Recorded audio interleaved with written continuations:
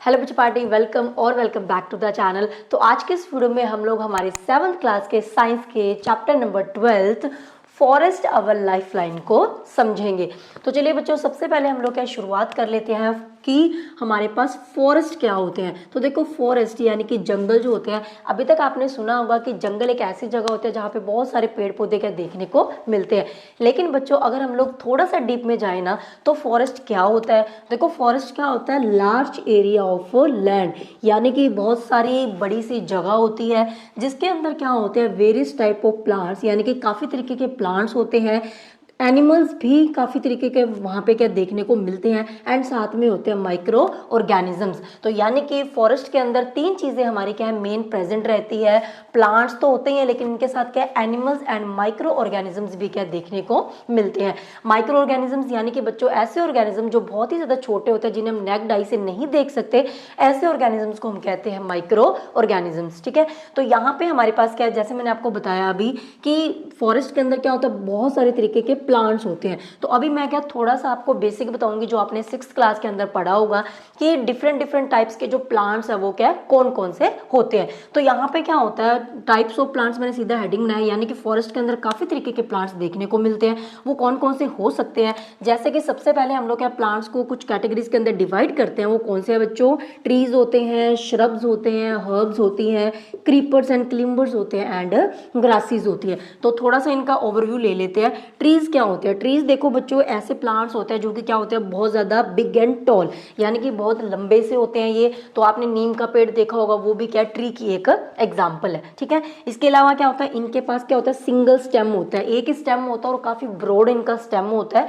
इसके अलावा अगर हम बात करें श्रब्स की, तो श्रब्स क्या होते हैं, ये ट्रीज के कंपैरिजन में क्या होते हैं, थोड़े छोटे होते हैं, so smaller than the trees. And साथ में इनके पास बच्चों क्या होता है, मल्टीपल स्टेम्स होते हैं। इनके पास क्या काफी स्टेम होते हैं, और इनका स्टेम जो होता है ना, ट्रीज के कंपैरिजन में इतना ब्रॉड नहीं होता है। ठीक है, एक और मेन डिफरेंस इन दोनों के अंदर, ट्रीज एंड श्रब्स के अंदर, कि ट्री के अंदर क्या होता है, जो इनकी ब्रांचेस होती है ना, वो क्या काफी ऊपर जाके लगती हैं, लेकिन इनके श्रब्स की जो ब्रांचेस है या फिर लीव्स है, वो क्या थोड़ा नीचे लगना स्टार्ट हो जाते हैं। इसके अलावा बच्चों क्या होता है, हर्ब्स। हर्ब्स की बात करें तो ये क्या होता है, बहुत ही छोटे प्लांट्स होते हैं विद सॉफ्ट स्टेम्स। इनके जो स्टेम होता है वो क्या काफी सॉफ्ट होता है। इनका क्या होता है, रिजिड होता है, लेकिन इसका सॉफ्ट होता है। आप ये मान के चल सकते हो कि अगर थोड़ी बहुत तेज ज्यादा हवा चले तो उनका जो स्टेम है वो क्या हिलना शुरू हो जाता है और गिर भी सकता है। तो काफी सॉफ्ट स्टेम होते हैं, और इनको हम लोग क्या मेडिसिन पर्पस के लिए यूज करते हैं। इसके अलावा नेक्स्ट कैटेगरी है हमारी क्रीपर्स एंड क्लिम्बर्स। तो देखो, क्रीपर्स क्या होते हैं, क्रीपर्स बच्चों ऐसे प्लांट्स होते हैं जो कि क्या करते हैं, ग्राउंड के ऊपर ना फैल जाते हैं, यानी कि नीचे अर्थ के ऊपर फैल जाते हैं। ऐसे प्लांट्स को हम लोग बोलते हैं क्रीपर्स। और क्लिम्बर्स क्या होते हैं, देखो क्लिम्बर्स वर्ड आया है क्लिम से। क्लिम का मतलब क्या होता है, चढ़ना। तो हमारे पास क्या होता है, कुछ ऐसे प्लांट्स भी होते हैं जो क्या करते हैं, अपने स्टेम का यूज करके ना किसी अदर प्लांट के ऊपर क्या चढ़ जाते हैं, तो उन्हें हम कहते हैं क्लिम्बर्स। तो जैसे कि अगर आपको याद हो तो मैंने आपको first chapter nutrition in plants के अंदर अमरबेल के बारे में बताया था। सो अमरबेल इज एन एग्जांपल ऑफ क्लिम्बर्स, क्योंकि वो भी क्या करती है, अदर पेड़ के ऊपर चढ़ जाती है। ठीक है, उसके बाद हमारे पास है ग्रासेस। तो ग्रासेस तो आपने बच्चों देखी होगी, नॉर्मली हम देख लेते हैं। तो इसकी ग्रासेस ये वाली होगी, इसकी मैंने एग्जाम्पल लिखी है यहाँ पे कि बैम्बो जो होती है वो क्या एक टाइप ऑफ ग्रास है। तो ये हमारी बुक में दी हुई है, इसलिए मैंने नाम यहाँ पे लिखा है। अब इसके बाद अगर हम बात करें, जैसे कि मैंने ट्रीज की बात बताई, तो देखो बच्चों जैसे मैंने आपको बताया कि फॉरेस्ट के अंदर क्या होता है, काफी तरीके के जो प्लांट्स है वो क्या देखने को मिलते हैं। तो ये तो हमने टाइप्स पढ़ ली, लेकिन अब देखो हमारी जो अर्थ है ना, उसका जो टोटल लैंड है उसका क्या है, 1/3 पार्ट जो है ना वो क्या फॉरेस्ट ने कवर कर रखा है। यानी कि हमारे अर्थ के ऊपर क्या काफी सारे फॉरेस्ट है जो हमें देखने को मिलते हैं। तो सारे फॉरेस्ट के अंदर क्या होता है, सभी फॉरेस्ट के अंदर same plants, animals and micro organisms नहीं होते। उनकी जो टाइप्स होती है वो क्या होती है, वेरी करती है फॉरेस्ट टू फॉरेस्ट। क्योंकि बच्चों जो सारे फॉरेस्ट है वो किसी एक जगह पे तो प्रेजेंट नहीं है ना। अब इतनी बड़ी अर्थ है तो कोई फॉरेस्ट कहीं प्रेजेंट है, कोई कहीं प्रेजेंट है, अलग अलग लोकेशंस पे है। तो वहां का जो वेदर है और वहां की जो क्लाइमेटिक कंडीशंस है उसके अकॉर्डिंग क्या होता है, उस फॉरेस्ट के अंदर प्लांट्स की टाइप्स आपको देखने को मिलेगी, उस तरीके के एनिमल्स वहां पे सर्वाइव करेंगे, और उसी तरीके के माइक्रो ऑर्गेनिज्म क्या होंगे उस पर्टिकुलर फॉरेस्ट के अंदर देखने को मिलेंगे। ठीक है, इसके अलावा क्या होता है हमारे पास, जैसे मैंने कुछ एग्जांपल्स लिखी हैं क्योंकि हमारी एनसीईआरटी की बुक में दिया हुआ है। तो जो हमारी एनसीईआरटी की बुक में दिया हुआ है उससे हमें एक एक चीज को करना है। तो यहाँ पे क्या है, ट्रीज की कुछ एग्जांपल्स दे रखे हैं। अब देखो ट्रीज भी क्या होता है, बहुत सारे तरीके के होते हैं। तो अलग अलग नाम कुछ लिखे हुए हैं, जैसे कि साल होता है, टीक, ठीक है, सीमल, शीशम हो गया। इसके अलावा क्या होता है, नीम हो गया, प्लाश हो गया। तो प्लाश जो ट्री है ना, इसके काफी कलरफुल फ्लावर्स होते हैं। फिग यानी कि अंजीर हो गया, खैर हो गया, आंवला आपने सुना ही होगा, ठीक है। इसके अलावा क्या कचनार, तो ये भी क्या है सारे ट्रीज है। तो इनके नेम लिखे हुए हैं इसलिए एक बार मैंने आपको गो थ्रू करवा दिया कि ये ट्रीज है। तो देखो किसी फॉरेस्ट के अंदर इनमें से कोई ट्री मिलेगा, किसी के अंदर कोई ट्री मिलेगा। तो इस तरीके से types of plants, animals and micro organisms very करते हैं फॉरेस्ट टू फॉरेस्ट। ओके, इसके बाद हम लोग क्या आगे मूव करते हैं। अब नेक्स्ट हम लोग क्या समझेंगे स्ट्रक्चर ऑफ फॉरेस्ट के बारे में, यानी कि बच्चों जो फॉरेस्ट होता है उसकी स्ट्रक्चर कैसी होती है। तो देखो जो फॉरेस्ट होता है ना उसको मेनली क्या 3 लेयर्स के अंदर क्या डिवाइड किया गया उसकी पूरी स्ट्रक्चर को। तो आप मान लो कि ये पूरा क्या कोई फॉरेस्ट है तो उसको क्या 3 लेयर्स के अंदर क्या डिवाइड किया गया है। उन तीनों लेयर्स का नेम क्या क्या है। पहली जो लेयर है हमारी वो है कैनोपी लेयर, देन हमारे पास है अंडर स्टोरी लेयर और तीसरा है फॉरेस्ट फ्लोर। लेकिन बच्चों इन तीनों लेयर्स को समझने से पहले हमें एक टर्म को समझना है, that is the crown of the tree. अब ये क्या चीज होती है, देखो हमारे पास क्या होता है, जैसे मैंने यहाँ पे डायग्राम बनाई है, ट्री बनाया है मैंने एक, तो यहाँ पे ये वाली हमारी होगी रूट्स है और यहाँ से ये वाला जो पार्ट है सारा स्टेम हो गया। तो बच्चों हमारे पास क्या होता है, जो स्टेम होता है ना, स्टेम से ऊपर का जो ब्रांची पार्ट होता है, यानी कि जिसके अंदर क्या क्या होता है, हमारा लीफ भी होते हैं, फ्लावर्स भी होते हैं, ट्विग, ट्विग का मतलब क्या होता है, टहनी, ठीक है। जो टहनी होती है ना, छोटी जो ब्रांच होती है, दैट इज ट्विग। ओके, उसके बाद फ्रूट्स हो गया, ब्रांचेस होगी। हमें पता है कि ऊपर वाले सारे पार्ट्स के अंदर क्या ये सारी चीजें प्रेजेंट होती है। तो ये पूरा जो ब्रांची पार्ट है, ये वाला, ये पूरा जो ब्रांची पार्ट है ना अबव द स्टेम, इसी को हम लोग क्या बोलते हैं, क्राउन ऑफ द ट्री, ठीक है। तो बस आपने याद रखना है कि crown of tree branchy part होता है, जैसे कि मैंने डेफिनेशन भी लिखी है, branchy part of a tree above the stem is known as the crown of the tree. और ये स्टेम के ऊपर वाला पूरा पार्ट होता है, इसके अंदर ये वाली जो चीज है वो क्या इंक्लूड होती है। अभी हम लोग क्या जल्दी से समझ लेते हैं हमारी फर्स्ट लेयर के बारे में, that is the canopy layer. तो बच्चों कैनोपी लेयर क्या होती है उसको समझ लेते हैं। पहली बात तो ये कि जैसे मैंने अभी आपको बताया था कि जो फॉरेस्ट है, मान लीजिए पूरा फॉरेस्ट है, इसको हमने क्या 3 लेयर्स के अंदर डिवाइड किया है। सबसे ऊपर वाली जो लेयर होती है ना, upper most layer, that is the canopy layer. तो कैनोपी लेयर सबसे ऊपर वाली लेयर है। अब इसके अंदर होता क्या चीज है, जैसे कि मैंने यहाँ पे क्या डायग्राम बनाई आप देख सकते हो। मान लीजिए ये हमारा क्या फॉरेस्ट है, तो यहाँ पे क्या है बच्चों, हमें पता है कि फॉरेस्ट के अंदर क्या होता है, बहुत सारे तरीके के जो प्लांट्स है वो मिलते हैं, हमने अभी पढ़ा है। तो सबकी जो हाइट है वो क्या होगी, अलग अलग होगी ना। तो हमारे पास क्या होता है, जो सबसे टॉल ट्रीज होते हैं ना, जैसे कि यहाँ पे आप देख सकते हो सबकी हाइट क्या अलग अलग है। तो सबसे लंबा ये वाला है और ये वाला है। तो जो हमारे टॉल ट्रीज होते हैं ना, उनका जो अपर मोस्ट जो पार्ट होता है, यानी कि ये वाला जो पार्ट है जिसके अंदर क्या ब्रांचेज एंड लीव्स है, वो क्या करते हैं बच्चों, एक दूसरे के साथ ना ओवरलैप कर जाते हैं, ठीक है। जिसके वजह से क्या होता है, जैसे आप देख सकते हो यहाँ पे ये बिल्कुल ओवरलैप कर रहा है, जिसके वजह से ये क्या होते हैं, रूफ के जैसे दिखते हैं। और इसी को हम लोग क्या बोलते हैं, कैनोपी लेयर। यानी कि यहाँ पे अगर मैंने डेफिनेशन लिखी है, upper most branches and leaves of the tall trees look like a roof. जो सबसे लंबे ट्रीज होते हैं उनके ऊपर वाला जो पार्ट है वो क्या है, ओवरलैप कर जाता है, उनके लीव्स और वो जो ब्रांचेज है वो ओवरलैप कर जाएंगे, जिसकी वजह से वो पूरा क्या छत के जैसे दिखता है। और उसी को हम लोग क्या बोलते हैं, कैनोपी लेयर। तो अभी मैंने आपको समझाया था पीछे कि हमारे पास हमने अभी टर्म पढ़ी थी कौन सी, क्राउन ऑफ द ट्री। तो क्राउन ऑफ ट्री में भी मैंने आपको यही बताया था कि क्राउन क्या होता है किसी ट्री का, अपर मोस्ट बिल्कुल पार्ट, ब्रांची पार्ट जो होता है, और उसके अंदर क्या क्या प्रेजेंट थे, हमारे क्या ब्रांचेस भी थे, लीव्स भी थे और भी बहुत सारी चीजें थी। तो यानी कि बच्चों हम कह सकते हैं कि जो कैनोपी लेयर है वो किससे मिलके बनी हुई है, क्राउन ऑफ द ट्री। जो भी ट्री है उसके क्राउन से मिलके ही हमारी क्या कैनोपी लेयर जो वो क्या बनी हुई है। क्योंकि देखो जैसे मैंने यहाँ पे ये वाला ट्री बनाया है तो इसके नीचे भी ब्रांचेज है, ऊपर भी ब्रांचेज है, लेकिन हमने सबसे ऊपर वाली ब्रांचेज की हम लोग बात कर रहे हैं जो एक दूसरे के साथ ओवरलैप कर जाती हैं, ठीक है। अब क्या होता है इस लेयर के अंदर, क्योंकि जो ब्रांचेज एंड लीव्स है वो क्या है, ओवरलैप कर जाती है, इसी वजह से बच्चों ये क्या करते हैं, forming an umbrella over the smaller trees. तो आप देख सकते हो यहाँ पे, अभी यहाँ पे ये कवर हो चुका है, तो यानी कि ये क्या कर रहा है, ये वाला जो स्मॉलर ट्री है और ये वाला, इसके ऊपर क्या एज ए अम्ब्रेला वर्क कर रहा है ना, इनको कवर कर लिया इन्होंने। तो इस तरीके से क्या होता है, स्मॉलर जो ट्रीज होते हैं ना उनको क्या कवर कर लेते हैं, उनके ऊपर लाइक अ शेड, ये क्या है शेड के जैसे क्या बिहेव करते हैं। जैसे शेड यानी कि आपने देखा होगा हमारे घरों में भी कई बार पार्किंग वगैरह के लिए एरिया जो जहाँ होता है वहाँ ऊपर वो लगाया होता है ग्रीन से कलर की शीट में भी आपने कहीं देखी होगी, तो वो क्या होता है, उसे हम कैनोपी बोल सकते हैं। इसी तरीके से कोई भी चीज जो, यानी कि आप कह सकते हो कि कोई भी कवर, यानी कि जो छत के जैसे दिखे कोई भी कवर, उसको हम लोग क्या बोलते हैं, कैनोपी कहते हैं, ठीक है। तो हमारी एनसीईआरटी की बुक में अकेला कैनोपी वर्ड लिखा है, कैनोपी लिख दो चाहे कैनोपी लेयर लिख दो, एक ही बात है। उसके बाद हमारे पास क्या होता है, क्योंकि आप देख सकते हो यहाँ पे क्या है, इन्होंने ओवरलैप किया हुआ ब्रांचेस और लीव्स ने, तो इसीलिए क्या होता है बच्चों, इसके बीच में बहुत ही कम खाली स्पेस होते हैं। इसी वजह से क्या होता है, इसके अंदर यहाँ से जो सनलाइट है ना वो क्या बिल्कुल बहुत ही कम अमाउंट में जो सनलाइट है ना वो क्या पास होके यहाँ पे नीचे पहुंचती है। तो वही हमने यहाँ पे लिखा है, very little amount of sunlight penetrates through it. Penetrates का मतलब बच्चों क्या होता है, पास हो जाना, किसी चीज के अंदर से कोई चीज पास हो जाए तो उसको हम कहते हैं पेनिटेट्स। तो बहुत कम अमाउंट में सनलाइट क्या है इसके अंदर से पास हो सकती है, क्योंकि ये कॉन्टिन्यूस कवर बन रहा है ना एक। उसके अलावा क्या होता है, काफी जो बर्ड्स हैं, बैट्स हैं, मंकीज एक्सेट्रा जो है वो क्या है, ये जो कैनोपी लेयर है प्लांट्स की उसके अंदर क्या है रहते हैं। सेकेंड लेयर हमारे पास है अंडर स्टोरी लेयर। तो सबसे पहले बच्चों आपने अंडर स्टोरी वर्ड सुना होगा, जैसे कि अगर हम कोई बिल्डिंग की बात करें, सपोज करो ये हमारे क्या कोई बिल्डिंग है, ठीक है, इसके अंदर हमारे पास क्या है इस तरीके से, मान लीजिए इसके अंदर 3 स्टोरीज बनी हुई है, या मैं एक स्टोरीज और बना देती हूँ। ये हमारा ग्राउंड लेवल हो गया, ये फर्स्ट स्टोरी क्या है, ये सेकंड है, और ये सबसे टॉप वाली यानी कि थर्ड स्टोरी है। तो हम क्या कहते हैं, ये जो ऊपर वाले ये तो हमारी क्या टॉप फ्लोर हो गया, इसके नीचे वाले ये वाली और ये वाली जो है ये हमारी क्या अंडर स्टोरीज है ना। क्यों, क्योंकि ये क्या इसके नीचे है, अब इसके ऊपर तो कुछ है नहीं, लेकिन इनके ऊपर तो ये वाली चीजें है ना, तो ये हमारी क्या होगी, अंडर स्टोरीज होगी। उसी तरीके से हमारे पास यहाँ पे भी वर्ड आया अंडर स्टोरी लेयर। अब अंडर स्टोरी लेयर कैसे होता है, जैसे कि हमें पता है फॉरेस्ट के अंदर क्या बहुत सारे तरीके के प्लांट्स हैं, हमने बार बार ये बात बोल रहे हैं कि डिफरेंट काइंड्स के प्लांट्स क्या फॉरेस्ट में देखने को मिलते हैं। तो अगर बच्चों इनके क्राउन की बात करें, अभी मैंने आपको बताया था ब्रांची पार्ट जो होता है ट्री का, अपर मोस्ट ब्रांची पार्ट जो होता है दैट इज द क्राउन। तो क्राउन क्या होता है, सारे ट्रीज के क्या अलग अलग साइज के होते हैं और अलग अलग टाइप के होते हैं। अलग अलग टाइप के कैसे होते हैं कि अब देखो जैसे इसका है, इसकी शेप कुछ और है, इसके क्राउन का कुछ और होगा, इसका अलग होगा, इनका क्राउन की शेप क्या अलग है, इनकी साइजेस भी क्या होते हैं अलग होते हैं। हाइट वाइज भी अगर हम कंपैरिजन करें ना तो आप देख सकते हो कि अगर मैं इसका लेवल निकालूं तो ये क्या है, इसकी लेयर ये वाली बन रही है, मतलब इसका लेवल ये बन रहा है। अगर मैं इसके क्राउन का देखूं तो आप देख सकते हो इसका ये बनेगा, राइट, इस तरीके से। बट अगर मैं इनका निकालूं बच्चों तो इसका इस तरीके से बनेगा और इनका क्या होगा, ये वाला होगा। तो यहाँ पे आप देख सकते हो कि सारे जो अलग अलग जो प्लांट्स होते हैं ना, ट्रीज होते हैं, उनके क्या होते हैं जो क्राउन्स है ना वो अलग अलग साइज के और हाइट के होने की वजह से क्या होता है हमारे पास डिफरेंट हॉरिजॉन्टल लेयर्स ना क्रिएट हो जाती हैं फॉरेस्ट के अंदर।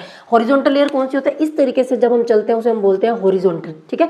तो ये हॉरिजॉन्टल लेयर्स अलग अलग क्या क्रिएट हो रही है। और ये जो सबसे ऊपर वाली है ये तो हमारी होगी कैनोपी, जो हमने पढ़ा था सबसे ऊपर वाला जो होता है टॉप मोस्ट है that is the canopy layer. But ये वाली और ये वाली जो लेयर है बच्चों, ये जो तीनों है ये क्या है इस लेयर के क्या नीचे आ रही है ना, तो इसीलिए इनको हम लोग यहाँ पे क्या बोलेंगे, अंडर स्टोरी लेयर। समझ में आया, अंडर स्टोरी मतलब उसके नीचे है। तो सबसे टॉप वाले जो अब आप देख सकते हो इस ट्री के बाकी सारे क्राउन्स क्या है इसके नीचे ही है, तो यानी कि इसके अंडर आ रहे हैं, that is why it is called the under story layer. तो इसकी डेफिनेशन में भी हमने बस यही लिखा है, trees had crown of the different types and sizes, जो मैंने आपको बता दिया। These had created different horizontal layers in the forest and these are known as the understories. तो अगर हम कंपैरिजन करें तो यहाँ पे सबसे हमें पता है सबसे बड़े क्या होते हैं, टॉल ट्रीज होते हैं, देन उनसे छोटे हाइट के क्या होते हैं, श्रब्स होते हैं, देन टॉल ग्रासेस होते हैं, एंड सबसे छोटी हाइट वाले कौन से होते हैं, हमारे हर्ब्स होते हैं। तो अगर हम लोग क्या लेयर्स में डिवाइड करें तो मोस्टली 3 लेयर्स में हम लोग इसको काउंट करते हैं। तो सबसे पहले हमारी आती है टॉप लेयर। टॉप लेयर के अंदर बच्चों हमारे क्या टॉल ट्रीज ही आएंगे। मिडल लेयर जो होती है उसके अंदर क्या हमारे श्रब्स एंड क्या है टॉल ट्रीज आ जाते हैं, जैसे ये वाली और ये वाली और ये वाली हमारी क्या है मिडल लेयर है। देन हमारे पास क्या लोएस्ट लेयर आती है, वो कौन सी है, हमारी हर्ब्स की, जो कि हमारी ये वाली है। आगे हमारे पास है थर्ड एंड लास्ट लेयर जो फॉरेस्ट की, that is the forest floor. अब देखो नाम से क्लियर है, यहाँ पे फ्लोर का मतलब क्या होता है, फर्श। यानी कि बच्चों क्या होता है, जो हमारा फॉरेस्ट है उसके बिल्कुल इस नीचे वाले हिस्से की हम लोग बात कर रहे हैं, ये हमारा होता है फॉरेस्ट फ्लोर। तो यहाँ पे हमें क्या पता है कि यहाँ पे क्या होती है, मिट्टी होती है ना, तो इसके अंदर क्या सॉइल प्रेजेंट होते हैं नीचे। तो ये वाले जो एरिया वो क्या होता है, डार्क होता है, यानी कि यहाँ पे क्या होता है, ऑलमोस्ट अंधेरा ही होता है, यहाँ पे लाइट नहीं पहुंचती है। क्यों नहीं पहुंचते हैं, क्योंकि अभी हमने समझा कि जो टॉल ट्रीज होते हैं वो क्या करते हैं, एक्ट लाइक ए रूफ, वो क्या ऊपर एक अम्ब्रेला टाइप या रूफ के जैसे बिहेव करते हैं, जिसकी वजह से सनलाइट जो है वो क्या बहुत ही कम नीचे पहुंच पाती है, तो ये डार्क होता है। डैम्प का मतलब क्या होता है, जो हल्का सा गीला हो। अब ये वाला जो रीजन होता है ना वो हल्का सा डैम्प होता है, गीला ही रहता है। क्यों, क्योंकि बच्चों इसमें क्या प्रेजेंट है, हमारी सॉइल। और हमें पता है सॉइल जो होती है, सॉइल के अंदर क्या प्रेजेंट होता है, वाटर वेपर्स, जिसकी वजह से ये हल्का सा क्या रहता है, मॉइस्ट रहता है, यानी कि डैम्प रहता है। इसके अलावा ये क्या होता है, वार्म रीजन भी होता है, यानी कि हल्का सा गर्म भी होता है। ये अभी मैं आपको बताऊंगी क्यों होता है। उससे पहले हमारे पास क्या है, ये वाला जो रीजन है ना नीचे फॉरेस्ट फ्लोर है, ये क्या होता है, कवर्ड होता है with the layer of dead and decaying leaves, fruits, twigs, यानी कि Taini and the small herbs. अब ये क्या चीज है, अभी देखो बच्चों हमारे पास क्या होता है, जो प्लांट्स होते हैं ना अलग अलग तरीके के फॉरेस्ट के अंदर, उनके क्या होता है, कोई टहनी वगैरह टूट के नीचे गिर जाती है, ठीक है। उसके अलावा क्या होता है, गले सड़े फ्रूट है वो भी नीचे गिर जाते हैं। इसी तरीके से पत्ते सूख जाते हैं या कभी झड़ जाते हैं अपने आप, तो वो नीचे गिरेंगे ना यहाँ पे, तो इस फ्लोर के ऊपर वो क्या आके गिरते हैं। और यहाँ पे क्या होता है, माइक्रो ऑर्गेनिजम्स ऑलरेडी प्रेजेंट है, ठीक है। मिट्टी के अंदर क्या होता है, काफी तरीके के माइक्रो ऑर्गेनिजम्स क्या प्रेजेंट एंड हमने पढ़ा भी था कि फॉरेस्ट के अंदर माइक्रो ऑर्गेनिजम्स होते हैं। तो वो बच्चों माइक्रो ऑर्गेनिजम्स क्या करते हैं ना, इन सारी चीज़ों को ना खाना शुरू कर देते हैं, या फिर कोई मरी हुई चीज़ है या गली सड़ी चीज़ है सारी की सारी इस फ्लोर पे आके गिरती है नीचे, तो इसके ऊपर क्या माइक्रो ऑर्गेनिजम्स उनको क्या खाना शुरू कर देते हैं, यानी कि उनको छोटे छोटे टुकड़ों के अंदर ब्रेक करना शुरू कर देंगे, जिसकी वजह से क्या होता है वो क्या होने शुरू हो जाते हैं, डीकम्पोज। और उस प्रोसेस को बच्चों हम लोग क्या बोलते हैं, डीकम्पोजिशन। डीकम्पोजिशन का मतलब क्या होता है, जब हमारी कोई चीज़ क्या बिल्कुल छोटे छोटे टुकड़ों में टूट रही है, गल रही है, उसको हम लोग कहते हैं डीकम्पोजिशन। ठीक है, तो यहाँ पे क्या होता है, डीकम्पोजिशन होता है। और ये जो डीकम्पोजिशन है ना, एक ऐसा प्रोसेस है जो हमेशा क्या करता है, जो हीट है ना उसको क्या करता है, रिलीज करता है। तो जहाँ पे भी डीकम्पोजिशन होगी वहाँ पे हीट रिलीज होगी। इसीलिए बच्चों क्या होता है, ये वाला जो रीजन है वो हल्का सा क्या होता है, वार्म होता है। क्लियर हो गया, तो सारी गली सड़ी चीजें हमें इसी रीजन में मिलेंगी। इसके अलावा क्या होता है, ये तो मैंने आपको ऑलरेडी बता दिया, receives very little amount of sunlight. तो इस रीजन के अंदर तो बहुत कम लाइट पहुंचेगी, इसी वजह से ये हमारा क्या होता है, डार्क होता है। इसके अलावा क्या होता है, काफ़ी जो लार्ज एनिमल्स है जैसे कि टाइगर, लॉयन एक्सेट्रा, ये सारे क्या होता है पर्टिकुलरली इसी रीजन के अंदर रहते हैं। इसके अलावा बच्चों हमारे एनसीईआरटी की बुक के अंदर क्या है, एक क्वेश्चन पूछा हुआ है कि is why decaying matter is always warm, कि जो डिकेइंग मैटर है वो ऑलवेज वार्म क्यों होता है। डिकेइंग का वही है जो चीज़ें गल सड़ सकती है, that is the decaying matter, तो वो हमेशा वार्म क्यों होता है, तो वही रीजन है क्योंकि जब वो गलती सड़ती है ना, यानी कि जब वो गलेगी तो उस वहाँ पे क्या हो रहा है, डीकम्पोजिशन, और डीकम्पोजिशन हमेशा क्या करता है, हीट रिलीज करता है, that's why decaying matter is always warm. अब नेक्स्ट टॉपिक बच्चों हमारे पास है inter relationship of plant, soil and decomposes in a forest. यानी कि एक फॉरेस्ट के अंदर क्या होता है, जो सारी चीजें प्रेजेंट है वो सारी की सारी क्या है, एक दूसरे के साथ क्या है, इंटरकनेक्टेड है, एक दूसरे से रिलेटेड है। वो कैसे हैं वो हम क्या वन बाय वन यहाँ पे देखेंगे। तो यहाँ पे क्या सबसे पहले डीकम्पोजेस क्या होता है ये भी मैं आपको आगे बताऊंगी। तो पहले हमने समझना है किसके बारे में, फूड चेन के बारे में, कि फूड चेन क्या होती है। फूड चेन का सिंपल मतलब बच्चों क्या होता है, हमने ये देखना है कि नेचर के अंदर यानी कि फॉरेस्ट के अंदर कौन किसको खा रहा है नेचर के अंदर, उसी को हम लोग क्या बोलते हैं, फूड चेन। ठीक है, अब जैसे कि एग्जांपल के आपसे समझ लेते हैं। जैसे कि हमें पता है कि सारी देखो सब लोग क्या, जितने भी लिविंग बींग्स हैं उनको तो फूड चाहिए चाहिए। ये हमने क्या है रेस्पिरेशन एंड ऑर्गेनिज्म वाले चैप्टर में भी समझा था कि फूड के बिना तो कोई भी लिविंग ऑर्गेनिज्म वो जिंदा रह ही नहीं सकता, उसको कुछ ना कुछ खाने के लिए चाहिए। क्यों, क्योंकि खाने से उसको क्या मिलती है, एनर्जी मिलती है, राइट। तो इसीलिए क्या होता है, हमारे पास सिर्फ ऐसे एक ही लिविंग ऑर्गेनिज्म है जो कि कौन से, हमारे प्लांट्स है, जो अपना खाना क्या खुद बनाते हैं। तो सबसे पहले हमारे पास क्या आएंगे, प्लांट्स, क्योंकि इनको ये किसी और से खाना नहीं लेते, ये अपना खाना खुद बनाते हैं। तो सबसे पहले है प्लांट्स। अब देखो बच्चों, प्लांट्स को क्या कोई और एनिमल्स खा रहा है, ठीक है, ये वाले जो एनिमल है इसको क्या आगे कोई अदर एनिमल्स खा रहा है। तो बस इसी तरीके से जब हम इन चीज़ों को सीरीज में लिखते हैं कि कौन किसको खा रहा है, इसी सीरीज को हम लोग क्या कहते हैं, फूड चेन। ठीक है, यानी कि फूड के लिए जो चेन बनती है उसी को हम लोग फूड चेन कहते हैं। तो इसकी मैंने यहाँ पे लिखा है, ए सीरीज ऑफ एनिमल्स ईटिंग, किसकी है, एनिमल्स की जो ईट कर रहे हैं, किसको, अदर एनिमल्स को। ठीक है, एंड कोमा लगा के मैंने क्या लिखा, स्टार्टिंग विद प्लांट्स। और ये जो फूड चेन है वो हमेशा क्या प्लांट से ही स्टार्ट होती है, कभी भी किसी एनिमल से स्टार्ट नहीं हो सकती, क्योंकि एनिमल्स अपना खाना खुद नहीं बना सकते, वो किसी और से ही लेंगे। ठीक है, स्टार्टिंग विद द प्लांट्स, और कोमा लगा के क्या लिखा, टू सर्वाइव। और ये सारा काम वो क्यों करते हैं, क्यों एक दूसरे को खाते हैं, टू सर्वाइव, सो दैट वो जिंदा रह सके, क्योंकि खाने से उनको एनर्जी मिलेगी एंड तभी उनकी जो बॉडी है वो क्या काम करेगी। ठीक है, तो यानी कि इन नटशल हम कह सकते हैं, हु इट्स हुम इन द नेचर, कौन किसको खाएगा, that is called the food chain. तो यहाँ पे अगर मैं इस चीज को, ये जो मैंने ऊपर लिखा है, इसको मैं अगर जनरल में लिखूं, इन जनरल लिखूं, तो कैसे लिख सकती हूँ, देखो प्लांट्स को बच्चों हम लोग कह सकते हैं प्रोड्यूसर्स। क्यों, क्योंकि ये प्रोड्यूस करते हैं, ये खाना प्रोड्यूस करते हैं, तो ये प्रोड्यूसर्स हैं। ठीक है, उसके बाद क्या, प्रोड्यूसर्स को कौन खा रहा है, अब देखो यहाँ पे क्या है, जो प्लांट्स है वो क्या होते हैं, ग्रास वाला पार्ट ही है ना वो, तो ग्रास वाले पार्ट को जो खाते हैं, ग्रास को जो खाते हैं या पेड़ पौधों के हिस्सों को जो खाते हैं, उन्हें हम क्या कहते हैं, हर्बीवोर्स। ये आपने 6th क्लास में पढ़ा होगा। तो यानी कि जो प्रोड्यूसर्स होते हैं उनको कौन खाता है, हमारे हर्बीवोर्स। और हर्बीवोर्स को आगे कौन खाता है, कार्निवोर्स, यानी कि जो मीट खाते हैं उन्हें हम क्या कहते हैं, कार्निवोर्स। तो इस तरीके से जनरल भी आप लिख सकते हो कि प्रोड्यूसर्स को खाते हैं हर्बीवोर्स, हर्बीवोर्स को खाते हैं कार्निवोर्स। ठीक है, अब हमारे पास क्या होता है, जो फूड चेन होती है ना, उसके अंदर ये जो पहली दो चीजें ना ये फिक्स होती है। पहले तो प्रोड्यूसर ही आएगा, यानी कि प्लांट्स ही आएंगे। सेकंड नंबर पे भी हमारे हर्बीवोर्स ही आएंगे। प्लांट को कभी भी कार्निवोर तो खाते ही नहीं है, क्योंकि ये तो सिर्फ मीट खाते हैं, तो ये प्लांट्स को तो खाएंगे नहीं ना। तो यानी कि पहले दो पार्ट हमारे फिक्स है। उसके बाद बच्चों कार्निवोर्स जो होते हैं ना वो एक से ज्यादा आ सकते हैं। ठीक है, अब जैसे कि हम एग्जांपल देख लेते हैं, कई बार हमसे क्या पूछ लेते हैं क्वेश्चन की, डिफाइन करो फूड चेन को एंड गिव इट्स एग्जांपल। तो एग्जांपल्स कौन सी है, जैसे कि पहली एग्जांपल मैंने यहाँ पे लिखी है, ग्रास है। तो पहला तो फिक्स है, ग्रास है, ये प्रोड्यूसर है। ग्रास को फिर आगे कौन खा रहा है, इंसेक्ट्स खा रहे हैं। जैसे कि ग्रास ऊपर हो गया, कोई भी है वो खा रहा है। इंसेक्ट को आगे कौन खा रहा है, फ्रॉग। अभी देखो ये जो इंसेक्ट है ना ये हमारा क्या हर्बीवोर्स है, लेकिन इस हर्बीवोर को आगे कौन खा रहा है, कार्निवोर्स। तो ये भी कार्निवोर है अब हमारा, तो फ्रॉग हो गया। अब फ्रॉग को भी आगे कौन खा रहा है, स्नेक, तो ये भी कार्निवोर है। स्नेक को आगे कौन खा रहा है, ईगल यानी कि गिद्ध, तो ये भी हमारा क्या है, कार्निवोर। तो यानी कि इसमें आप देख सकते हो 3 कार्निवोर्स है। तो इसी तरीके से मैंने आपको बताया कि किसी भी फूड चेन के अंदर क्या एक से ज्यादा कार्निवोर्स प्रेजेंट हो सकते हैं। दूसरे एग्जाम्पल जैसे मैंने यहाँ पे लिखा है ग्रास, ग्रास को कौन खा रहा है, डियर, डियर को आगे कौन खा रहा है, टाइगर, ठीक है। इसी तरीके से ग्रास, ग्रास को कौन खा रहा है, रैबिट, रैबिट को कौन खाएगा, ईगल। और लास्ट मैंने लिखा है ग्रास, ग्रास को कौन खा रहा है, रैबिट, रैबिट को खा रहा है फॉक्स। तो इस तरीके से मैंने क्या यहाँ पे तो 3-4 एग्जांपल्स लिखे हैं। इसी तरीके से बच्चों क्या होता है, फॉरेस्ट के अंदर ना बहुत सारी फूड चेन्स क्या है, एग्जिस्ट करते हैं। बहुत सारी फूड चेन्स होती हैं, कौन किसको खा रहा है, कोई किसी को खा रहा है, उसको आगे कोई और खा रहा है। इस तरीके से काफी फूड चेन्स एग्जिस्ट करती हैं। तो यहाँ पे क्या होता है, ये जो सारी की सारी फूड चेन्स होती है ना फॉरेस्ट के अंदर, ये सारी की सारी आपस में क्या होते हैं, इंटरकनेक्टेड होती है, यानी कि एक दूसरे से रिलेटेड है ये, ठीक है। कैसे है, फॉर एग्जाम्पल मैं आपको समझा देती हूँ। जैसे अगर मैं इन दोनों की ही बात करूँ, यहाँ पे अगर मैं इन दोनों फूड चेन की बात करूँ तो आप देख सकते हो बच्चों की रैबिट इसके अंदर भी है और रैबिट इसके अंदर भी है, ठीक है। तो इसीलिए क्या होता है, इंटरकनेक्टेड। अगर यहाँ से किसी अगर फूड चेन में से अगर हम लोग क्या किसी भी एक ऑर्गेनिज्म को हटा देना, यानी कि मान के चलो कि इन दोनों में से मैंने क्या किया, मैं बोल रही हूँ कि फॉरेस्ट में से ना रैबिट को मार दो या गायब कर दो, तो अगर फॉरेस्ट गायब हो जाएंगे तो देखो अगर इसमें से फॉरेस्ट को निकालेंगे, सॉरी रैबिट को निकालेंगे ना,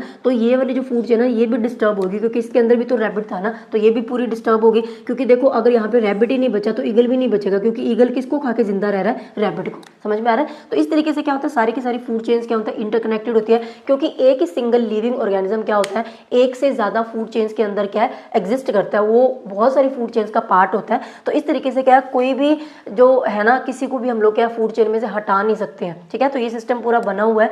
इसी तरीके से क्या होता है, एक चीज और आप मैं यहाँ पे बता दूं कि जब बच्चों ये वाली जो फूड चेन लिखी है ना, इसमें क्या होता है, जैसे कि प्लांट्स को कौन खा रहा है, एनिमल्स खा रहा है। अब प्लांट्स के पास क्या होता है, खुद के न्यूट्रिएंट्स होता है, इसकी खुद की एनर्जी है। जब एनिमल्स ने क्या किया, प्लांट्स को खाया, तो जैसे कि एग्जाम्पल लेते हैं यहाँ पे, इंसेक्ट ने क्या करा, ग्रास को खाया, ठीक है। इंसेक्ट ने ग्रास को खाया तो ग्रास की जो एनर्जी थी वो किसको मिल गई, इंसेक्ट को, यानी कि यहाँ से एनर्जी ट्रांसफर होगी इसके अंदर। अब इंसेक्ट को आगे कौन खाएगा, फ्रॉग, तो आगे इंसेक्ट की जो एनर्जी है वो किसमें ट्रांसफर हो जाएगी, फ्रॉग के अंदर। आगे फिर फ्रॉग की एनर्जी किसमें ट्रांसफर हो जाएगी, स्नेक के अंदर। इस तरीके से क्या एनर्जी का जो ट्रांसफर है फूड चेन के अंदर क्या होता है, और ये हमेशा यूनिडायरेक्शनल होता है, यानी कि इस डायरेक्शन में ही होगा, कभी इस डायरेक्शन में नहीं हो सकता, ये आपने ध्यान रखना है, ठीक है। तो ये था हमारा फूड चेन के बारे में। अभी हम लोग देख लेते हैं हमारे नेक्स्ट टॉपिक। इसके बाद बच्चों हमारे पास क्या एक टर्म है, ह्यूमस। ह्यूमस क्या होता है, देखो हमारे पास क्या होता है, ह्यूमस क्या होता है, डार्क कलर का एक सब्सटेंस होता है। और ये बनता कैसे है, देखो जैसे अभी मैंने आपको बताया, हमारे क्या होता है, फॉरेस्ट जो होता है उसका सबसे नीचे वाला जो लेयर होता है वो कौन सा होता है, फॉरेस्ट फ्लोर। तो हमारे इस लेयर के अंदर क्या होता है, फॉरेस्ट के, जैसे कि मान लो कोई एनिमल है वो मर गया, ठीक है, डेड एनिमल्स होते हैं या फिर गले सड़े जो प्लांट्स होते हैं वो सारे के सारे क्या होते हैं, यहाँ फ्लोर पे गिरते हैं ना नीचे। तो यहाँ पे क्या होता है, जो सॉइल के अंदर क्या होता है, माइक्रो ऑर्गेनिजम्स प्रेजेंट होते हैं, जैसे कि फंगी, बैक्टीरिया, बहुत सारे उसमें क्या प्रेजेंट होते हैं। तो वो क्या करेंगे, इन मरे हुए डेड एनिमल्स को या फिर प्लांट्स को क्या खाना शुरू कर देते हैं, यानी कि फीड करना शुरू कर देते हैं, उनको छोटे छोटे टुकड़ों में तोड़ना शुरू कर देंगे, यानी कि उनकी क्या करेंगे, डीकम्पोजिशन करेंगे, जो मैंने आपको पीछे समझाया था।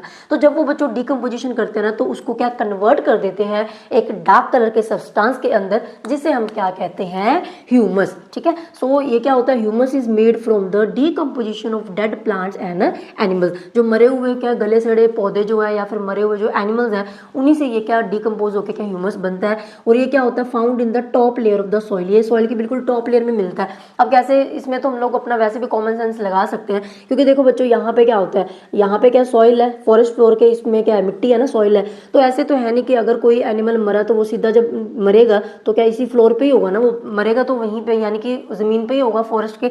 और इसी तरीके से अगर ऊपर से क्या कोई गला सड़ा पत्ता गिर रहा है या फिर कोई टहनी किसी प्लांट की टूट के गिर रही है, तो वो उसी फ्लोर पे गिरेगी, तो वहीं पे क्या वो चीज बनती है, ठीक है। उसी में माइक्रो ऑर्गेनिजम्स प्रेजेंट होते हैं, तो इसीलिए हमारे क्या टॉप लेयर में हमें मिलता है। इसके अलावा ये क्या होता है, रिच होता है इन द न्यूट्रिएंट्स, यानी कि इसमें काफी सारे न्यूट्रिएंट्स होते हैं। क्यों, क्योंकि देखो बच्चों जो ह्यूमस होता है ना, वो किसी अकेली चीज से नहीं बन रहा है। ह्यूमस जो है उसके अंदर क्या है, जो नीचे मिट्टी है उसमें क्या बहुत सारी चीजें डिकम्पोज हो रही है, प्लांट्स भी डिकम्पोज हो रहे हैं। प्लांट्स के भी कितने सारे पार्ट्स हैं जो मैंने आपको पहले बताए थे, फ्रूट हो गया, ट्विग हो गया, स्मॉल ब्रांचेस होगी, सीड्स हो गए, ठीक है। तो इस तरीके से काफी सारी चीजें क्या है उसमें क्या डिकम्पोज हो रही है, एनिमल्स भी हो रहे हैं। तो हर किसी के अंदर क्या अपने अपने न्यूट्रिएंट्स थे ना, प्लांट्स के अंदर भी अपने न्यूट्रिएंट्स थे। जो एनिमल मरे मरेगा, यानी कि वो टाइगर है या कोई भी है, तो उसके अंदर भी तो अपनी न्यूट्रिएंट्स प्रेजेंट है ना, क्योंकि वो भी तो कब से अपने फीड ले ही रहा था, फूड खा रहा था, तो उसके जो न्यूट्रिएंट्स है सारे न्यूट्रिएंट्स क्या मिलके क्या यहाँ पे ह्यूमस बन रहा है उन्हीं से, तो इसीलिए इसमें क्या होता है बहुत सारे न्यूट्रिएंट्स प्रेजेंट होते हैं।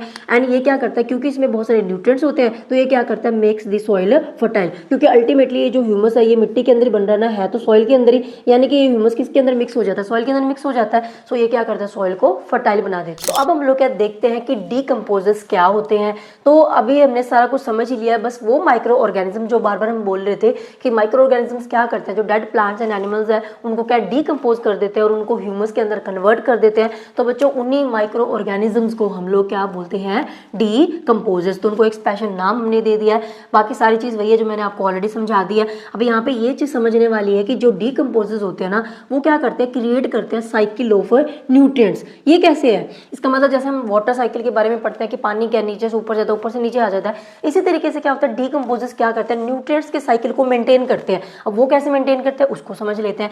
तो देखो सबसे पहले हमारे पास क्या होता है, जो प्लांट्स है, प्लांट्स क्या करते हैं, जो सॉइल होती है उसमें से क्या लेते हैं, न्यूट्रिएंट्स लेते हैं ना। तो सॉइल के अंदर क्या होता है, बहुत सारे न्यूट्रिएंट्स प्रेजेंट होते हैं। तो जब भी क्या कोई भी प्लांट ग्रो करता है तो वो सॉइल में ग्रो करेगा, वो क्या करता है सॉइल से न्यूट्रिएंट्स ले लेता है एंड ग्रो करता है, ठीक है। यानी कि सॉइल के जो न्यूट्रिएंट्स थे वो किसमें ट्रांसफर हो गए, प्लांट्स के अंदर। अब अगर प्लांट्स को क्या कोई हर्बीवोर खा रहा है तो प्लांट्स के न्यूट्रिएंट्स हर्बीवोर्स में चले गए, हर्बीवोर को आगे क्या कार्निवोर्स खा रहे हैं तो उसके जो न्यूट्रिएंट्स है वो आगे शिफ्ट हो गए, अल्टीमेटली क्या एनिमल भी मर जाएगा। तो हमने देखा था कि वो जो मरी हुई सारी चीजें उनको क्या माइक्रो ऑर्गेनिज्म यानी कि जो डीकंपोजर्स है वो क्या करते हैं, उनको डीकंपोज कर देते हैं ना, यानी कि छोटे छोटे टुकड़ों के अंदर ब्रेक कर देते हैं, सिंपल न्यूट्रिएंट्स के अंदर तोड़ देंगे और वो अल्टीमेटली चीज मिट्टी के अंदर ही मिल जाती है। तो इस तरीके से बच्चों न्यूट्रिएंट्स जो है ना वापस क्या होते हैं, सॉइल के अंदर आ जाते हैं। तो वही मैंने यहाँ पे क्या बनाया है, सबसे पहले क्या सॉइल से न्यूट्रिएंट्स गए प्लांट में, प्लांट जो होता है बाद में जब प्लांट डेड हो जाएगा या फिर एनिमल्स डेड हो जाएंगे तो वो चीज किसके अंदर कन्वर्ट हो जाएगी, ऑर्गेनिक मैटर, यानी कि जो चीज गल सकती है ना उसे हम ऑर्गेनिक मैटर कहते हैं। तो ये ऑर्गेनिक मैटर में बन जाएगा। अब ऑर्गेनिक मैटर को फीड कौन करेगा, डीकंपोजर्स, वो इसको छोटे छोटे टुकड़ों में तोड़ के बिल्कुल इसको सिंपल फॉर्म में कन्वर्ट कर देंगे और इस तरीके से क्या होते हैं उसके वो जो चीज़ है वो क्या ह्यूमस के अंदर कन्वर्ट हो जाएगी और ह्यूमस मिट्टी के अंदर ही मिलता है ना। तो यानी कि डीकंपोजर्स क्या करते हैं, उनके जो न्यूट्रिएंट्स है डेड एनिमल्स या फिर प्लांट जो है उनके जो न्यूट्रिएंट्स है वापस क्या रिलीज कर देते हैं किसके अंदर, सॉइल के अंदर, ठीक है। इस तरीके से क्या न्यूट्रिएंट्स जो है ना वापस सॉइल के अंदर आ गए। अब सॉइल में फिर से कोई नया प्लांट जो है ग्रो करेगा और फिर से यही साइकिल क्या चलेगा। तो यानी कि बच्चों सॉइल से न्यूट्रिएंट्स निकले थे और सॉइल के अंदर क्या वापस चले जाते हैं। तो इस तरीके से डीकंपोजर्स हेल्प करते हैं to create the cycle of nutrients. और इसीलिए हम कहते हैं कि there is no waste in the forest, forest के अंदर कभी भी कुछ भी वेस्ट नहीं जाता। क्यों नहीं जाता, क्योंकि जब एनिमल्स भी मरते हैं ना, इवन जब प्लांट्स भी मरता है तो वापस एंड में क्या वो सॉइल के अंदर ही अपने न्यूट्रिएंट्स क्या उसके अंदर मिक्स हो जाता है। तो nothing goes waste in the forest. Okay, now we have the next topic, why forest are called the green lungs, कि हम लोग क्या फॉरेस्ट को ग्रीन लंग्स के नाम से भी जानते हैं, ऐसा क्यों है। तो पहली बात तो बच्चों आपको ये 1 मार्क का क्वेश्चन आ सकता है कि ग्रीन लंग्स किसे कहते हैं, तो आपको पता होना चाहिए कि हम लोग किसे कहते हैं, फॉरेस्ट को कहते हैं। अब क्यों कहते हैं, देखो जैसे हमारी बॉडी के अंदर क्या होता है, जो लंग्स है वो क्या करते हैं, जो ऑक्सीजन हम लोग अंदर लेके जाते हैं, CO2 को बाहर निकालते हैं, तो ये सिर्फ और सिर्फ लंग्स की वजह से पॉसिबल हो पाता है। वैसे क्या होता है, हमारा जो एटमॉस्फेयर है या इन्वायरमेंट है उनके अंदर हम लोग फॉरेस्ट को एज ए ग्रीन लंग्स कहते हैं। तो इसका रीजन क्या है, क्योंकि देखो बच्चों जो प्लांट्स होते हैं ना वो क्या करते हैं, जब फोटोसिंथेसिस का प्रोसेस करते हैं, हमें पता है वो फोटोसिंथेसिस का अपना प्रोसेस करते हैं फूड प्रिपेयर करने के लिए, उस टाइम पे ये क्या करते हैं, जो ऑक्सीजन है उसको क्या करते हैं, रिलीज करते हैं एज ए बाय प्रोडक्ट, ठीक है। ये हमने 6th चैप्टर में पढ़ा था। अब यहाँ पे क्या होता है, ये जो ऑक्सीजन है इनको कौन यूज कर लेता है, आगे एनिमल्स। अब यहाँ पे बच्चों जो एनिमल्स मैंने लिखा है इसका मतलब सिर्फ वो वाले एनिमल्स नहीं है, यहाँ पे सारे के सारे लिविंग ऑर्गेनिजम्स आएंगे इन एनिमल्स के अंडर एक्सेप्ट दी प्लांट्स, यानी कि हम लोग भी अभी क्या इस कैटेगरी के अंडर आएंगे। तो बाकी सबको हम लोग क्या प्लांट्स को छोड़ के बाकी सारे लिविंग ऑर्गेनिज्म को हम लोग एनिमल्स मान के चलते हैं, यहाँ पे बुक में ऐसे लिखा होता है। तो यहाँ पे क्या होता है, सारे के सारे जो लिविंग ऑर्गेनिज्म है बाकी के वो क्या उस ऑक्सीजन को यूज कर लेंगे जब ब्रीदिंग करेंगे और देन वो क्या करेंगे, रेस्पिरेशन करेंगे। तो उनकी बॉडी के अंदर क्या होगी, रेस्पिरेशन होगी और तब वहाँ पे क्या प्रोड्यूस होता है, हमारा CO2। अब देखो बच्चों ये जो CO2 गैस प्रोड्यूस हो रही है ना इसको वापस कौन यूज कर लेता है, प्लांट यूज कर लेता है टू परफॉर्म द फोटोसिंथेसिस, क्योंकि ये प्रोसेस करने के लिए प्लांट्स को CO2 as as a raw material चाहिए होता है। ये हमने ऑलरेडी फोटोसिंथेसिस वाले टॉपिक में पढ़ा हुआ है।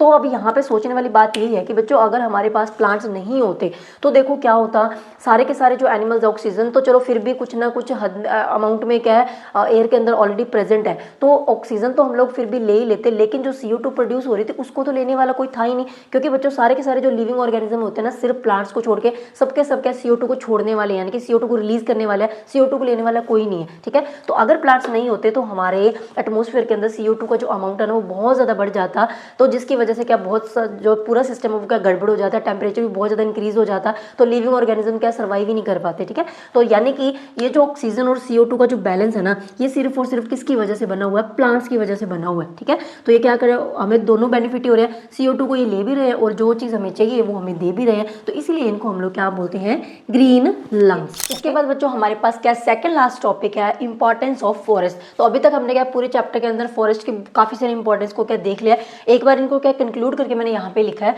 तो सबसे पहला तो जनरल से जो कॉमन से पॉइंट हमें ऑलरेडी पता है कि जो फॉरेस्ट है वो क्या होते हैं, सोर्स ऑफ वुड, यानी कि जितनी भी लकड़ी हमें मिलती है वो सिर्फ और सिर्फ कहाँ से आती है, फॉरेस्ट से आती है। अब देखो हमें घरों में फर्नीचर के लिए भी, ठीक है, पुराने टाइम में क्या लोग घरों में चूल्हे भी जलाते थे तो वहाँ पे उनको लकड़ी भी चाहिए थी जलाने के लिए, तो वो भी कहाँ से आती थी, अल्टीमेटली फॉरेस्ट से। इवन जो पेपर बनते हैं हमें पता है कि कागज जो वो किससे बनता है, जो फॉरेस्ट है यानी कि जो ट्रीज उन्हीं से बनता है ना, वो ट्रीज कहाँ से मिलेंगे हमें, फॉरेस्ट से। तो यानी कि क्या है, ये फॉरेस्ट जो होता है वो हमारा क्या मेजर सोर्स है वुड का, यही सोर्स है हमारे वुड का और कोई है ही नहीं। ठीक है, दूसरा हमारे पास क्या पॉइंट है, maintains balance of gases in the atmosphere, जो अभी अभी हमने डिस्कस किया था कि ऑक्सीजन एंड CO2 का जो बैलेंस है एटमॉस्फेयर के अंदर मेंटेन करके रखते हैं।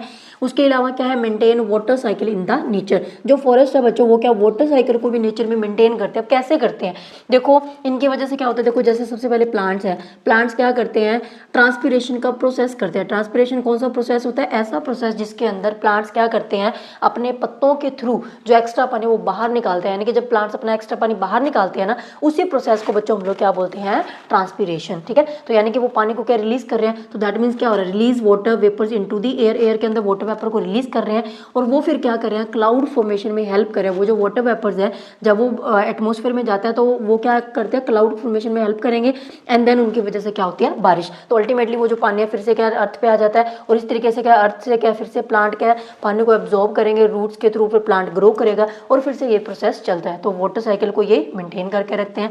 इसके अलावा हमारे पास क्या होता है, प्रोवाइड करते हैं, फॉरेस्ट क्या करते हैं, फूड एंड शेल्टर, शेल्टर यानी कि रहने के लिए जगह, ठीक है, to the animals and the many peoples. Animals के लिए तो देखो जो फॉरेस्ट है वो उनका घर है ही है, लॉयन हो गया, टाइगर हो गया, कितने सारे मंकीज, कितने ही एनिमल्स हैं जो फॉरेस्ट के अंदर रहते हैं। लेकिन इनके अलावा बच्चों बहुत सारे पीपल भी होते हैं, जो ट्राइबल पीपल्स होते हैं ना, वो भी क्या होते हैं, किसी पर्टिकुलर फॉरेस्ट के अंदर क्या रहते हैं, पर्टिकुलर रीजन में रहते हैं और वहीं से उन्हें वो सारी चीज़ें अपनी क्या फॉरेस्ट से ही लेते हैं। उनको अब खाने के लिए जो फूड मिल रहा है, इवन जो मेडिसिन है वो वहीं से, जो हर्ब्स वगैरह वो का यूज़ करते हैं, वाटर भी उन्हें फॉरेस्ट से मिला, तो सब कुछ वो क्या फॉरेस्ट से ही लेते हैं। ठीक है, उसके अलावा हमारे पास क्या होता है, जो फॉरेस्ट है वो क्या करते हैं, प्रिवेंट सॉइल इरोजन। अब सॉइल इरोजन बच्चों क्या होता है, यानी कि मिट्टी का खुर जाना, सिंपल लैंग्वेज में। जब हमारे पास क्या होता है, जो मिट्टी की टॉप फर्टाइल लेयर होती है ना, सबसे ऊपर वाली जो लेयर होती है जिसके अंदर ह्यूमस होता है, हमने पढ़ा था, तो वो जो लेयर होती है सबसे टॉप सॉइल की लेयर, वो क्या होता है, किसी भी रीजन की वजह से, जैसे कि बहुत तेज हवा चल रही है या बहुत तेज पानी का फ्लो आया है या फिर बहुत भारी बारिश हुई है, किसी भी रीजन की वजह से जब वो उस रीजन से जो टॉप लेयर है सॉइल की वो रिमूव हो जाते हैं ना किसी एक पर्टिकुलर रीजन से, तो उसे बच्चों हम लोग क्या कहते हैं, सॉइल इरोजन। तो जो प्लांट्स होता है वो सॉइल इरोजन को क्या प्रिवेंट करते हैं, क्यों, क्योंकि हमें पता है कि जो प्लांट्स की रूट्स होती है वो क्या करती है, जो अर्थ के अंदर यानी कि जमीन के अंदर नीचे डीप होती है ना, तो वो क्या करती है, जो सॉइल के पार्टिकल्स होते हैं उनको अपने साथ क्या बाइंड करके रखते हैं, होल्ड करके रखते हैं। इसीलिए क्या होता है, जो अगर जहाँ पे प्लांट्स लगे हुए हैं वहाँ पे क्या बहुत तेज पानी का बहाव एकदम से आया या फिर बहुत तेज हवा चल रही है, तो जल्दी से वहाँ से क्या जो मिट्टी है वो उड़ के क्या कहीं और जगह पे नहीं जाएगी, यानी कि वहाँ पे सॉइल इरोजन नहीं होता है। ओके, इसके अलावा क्या करते हैं जो फॉरेस्ट है वो करते हैं प्रिवेंट फ्लड्स। अब ये फ्लड को भी रोकते हैं, क्यों, क्योंकि देखो बच्चों जहाँ पे क्या ट्रीज लगे होंगे, अगर वहाँ पे एकदम से तेज पानी आएगा तो वो क्या है, ये जो ट्रीज बीच में है ये क्या करेंगे, पानी की स्पीड को स्लो डाउन कर देंगे। अगर स्लो डाउन कर देंगे तो अल्टीमेटली अपने आप जो फ्लड है वो क्या कंट्रोल हो जाएगा। सो यही हमने लिखा, slow down the speed of rain water and hence control करते हैं फ्लड को। इसके अलावा ये क्या करते हैं, जो एयर एंड नॉइज पोल्यूशन है ना, उसको भी कंट्रोल करने में क्या करते हैं, हेल्प हेल्प करते हैं फॉरेस्ट। कैसे?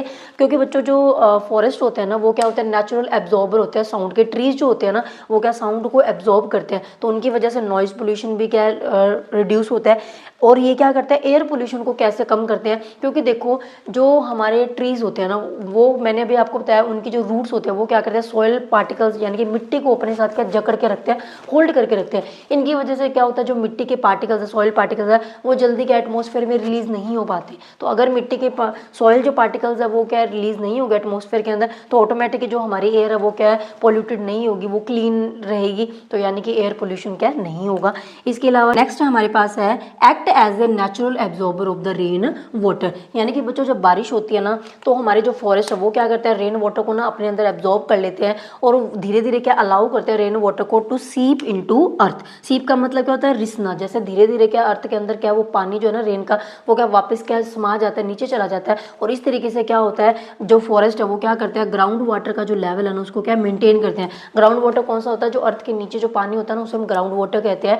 तो हमें पता है कि आपने काफ़ी जगह देखा भी होगा, कई जगह पे लोग क्या करते हैं, स्पेशली विलेजेस के अंदर होता है, वो क्या करते हैं मोटर लगा के ना नीचे बहुत मतलब आप कह सकते हो कि खुदाई करके नीचे मोटर लगाते हैं और वहीं से क्या ग्राउंड वाटर को निकालते हैं और उसी को सारी चीज़ों के लिए यूज़ करते हैं वो, ठीक है। तो उस ग्राउंड वाटर को लोग क्या अर्थ से निकाल रहे हैं, यानी कि यूज़ किए जा रहे हैं, तो उसका लेवल क्या नीचे अर्थ के नीचे क्या डिक्रीज हो रहा है ना। तो जब रेन आती है तो रेन का वाटर क्या वापस क्या अर्थ के नीचे जाता है। तो इस तरीके से जो ग्राउंड वाटर का लेवल है वो क्या काफ़ी हद तक क्या मेंटेन कर देते हैं कौन, हमारे फॉरेस्ट। तो ये थे हमारे क्या सारे बेनिफिट। अब हम लोग क्या देख लेते हैं हमारा इस चैप्टर का last topic, that is the deforestation. तो डिफोरेस्टेशन हमारे पास क्या होता है, देखो हमारे पास नाम से ही पता चल जाता है। देखो फॉरेस्टेशन का मतलब क्या होता है कि जंगल जो होता है वही है फॉरेस्ट। और डी जब लग जाता है ना बच्चों तो उसका मतलब क्या होता है, नेगेटिव में हो जाता है, यानी कि जंगल का नहीं होना। तो यहाँ पे क्या होता है, डिफोरेस्टेशन का मतलब क्या होता है, जब हम लोग क्या हमारी नीड के लिए, हमारी नीड कौन कौन सी होती है, हमें एक तो लैंड चाहिए होता है, एक हमें वुड चाहिए होता है मेनली। तो जब हम लोग क्या इन दोनों चीज़ों के लिए या अपनी किसी भी नीड के लिए जब हम लोग क्या करते हैं, ट्रीज को जानबूझ के कट करते हैं और हम लोग क्या कर रहे हैं, जो फॉरेस्ट है उनको क्या क्लियर कर रहे हैं, यानी कि उनको खाली कर रहे हैं, और इसी काम को हम लोग क्या बोलते हैं, डिफोरेस्टेशन। तो यहाँ पे लिखा हुआ clearing forest by cutting trees to fulfil our needs. और हमारी वो नीड कौन कौन सी होती है, हमें मेनली फूड और लैंड चाहिए होता है। तो इन नीड्स को कंप्लीट करने के लिए हम लोग क्या ट्रीज को कट कर देते हैं और इसी को हम लोग क्या बोलते हैं, डिफोरेस्टेशन, ठीक है। और डिफोरेस्टेशन की वजह से क्या क्या हो सकता है, तो देखो बच्चों अभी जो मैंने आपको इंपॉर्टेंस बताई थी फॉरेस्ट की, तो अगर फॉरेस्ट नहीं होंगे तो वो चीज़ें हमारी क्या हमें नुकसान हो जाएगा। तो हमारी बुक के अंदर 4 पॉइंट्स लिखे, इसलिए मैंने ये वाले यहाँ पे लिखे, आप उनमें से कोई भी लिख सकते हो, ठीक है, बस नोट लगा के लिख देना। तो पहला है जैसे कि temperature of earth will increase. अगर हमारा क्या डिफोरेस्टेशन की वजह से क्या हो रहा है, जो टेम्परेचर अर्थ का वो इंक्रीज हो रहा है, क्यों, क्योंकि हमें पता है CO2 को एब्जॉर्ब करने वाले सिर्फ और सिर्फ प्लांट्स ही हैं। तो अगर फॉरेस्ट ही नहीं रहेंगे तो प्लांट्स भी नहीं रहेंगे, तो प्लांट्स नहीं रहेंगे तो CO2 को कोई एब्जॉर्ब नहीं करेगा, तो हमारे एटमॉस्फेयर के अंदर CO2 का जो अमाउंट है वो बहुत ज़्यादा इंक्रीज हो जाएगा, जिसकी वजह से जो अर्थ है उसका टेम्परेचर इंक्रीज हो जाएगा। दूसरा क्या है, कोज फ्लड्स। तो वही चीज़ है कि ट्रीज क्या कर रहे थे, जो फ्लड्स थे उनको क्या कंट्रोल कर रहे थे, उनकी स्पीड को स्लो कर रहे थे, अब वो नहीं होंगे तो फ्लड क्या बहुत ज़्यादा आएंगे। इसके अलावा क्या होता है, कोज सॉइल इरोजन। तो वही चीज़ है कि अगर बच्चों फॉरेस्ट होते हैं तो फॉरेस्ट के अंदर ट्रीज होते हैं, ट्रीज क्या करते हैं, जो सॉइल पार्टिकल्स है उनको अपने रूट्स के अंदर क्या होल्ड करके रखते, अब वो नहीं है तो उसकी वजह से क्या होगा, सॉइल का इरोजन भी होगा। इसके अलावा क्या होता है, animals will not get food and shelter. और अगर जो हमारा क्या जो फॉरेस्ट है उसको हम क्लियर कर देंगे तो बेचारे जो एनिमल्स है वो कहाँ जाएंगे, उनको ना खाने के लिए कुछ मिलेगा, ना रहने के लिए उनकी जगह मिलेगी, क्योंकि उनका तो घर क्या है, हमारे फॉरेस्ट है। तो ये था बच्चों हमारा complete chapter. I really hope कि मैं आपको ये पूरा चैप्टर अच्छे से समझाने में सक्सेसफुल हो पाई हूँ। तो अगर आपका कोई भी डाउट है तो आप मुझे कमेंट सेक्शन में पूछ सकते हैं। और ये जो सारे नोट्स हैं, ये पूरे डिटेल्ड नोट्स मैंने आपके लिए बनाए हैं। वो जो नोट्स आपको मेरे टेलीग्राम और व्हाट्सएप दोनों चैनल पर क्या मिल जाएंगे, उनको ज्वाइन करने का जो लिंक है वो भी आपको नीचे डिस्क्रिप्शन बॉक्स में मिल जाएगा। तो चलिए बच्चों मिलते हैं नेक्स्ट वीडियो के अंदर। Till then take care, bye bye.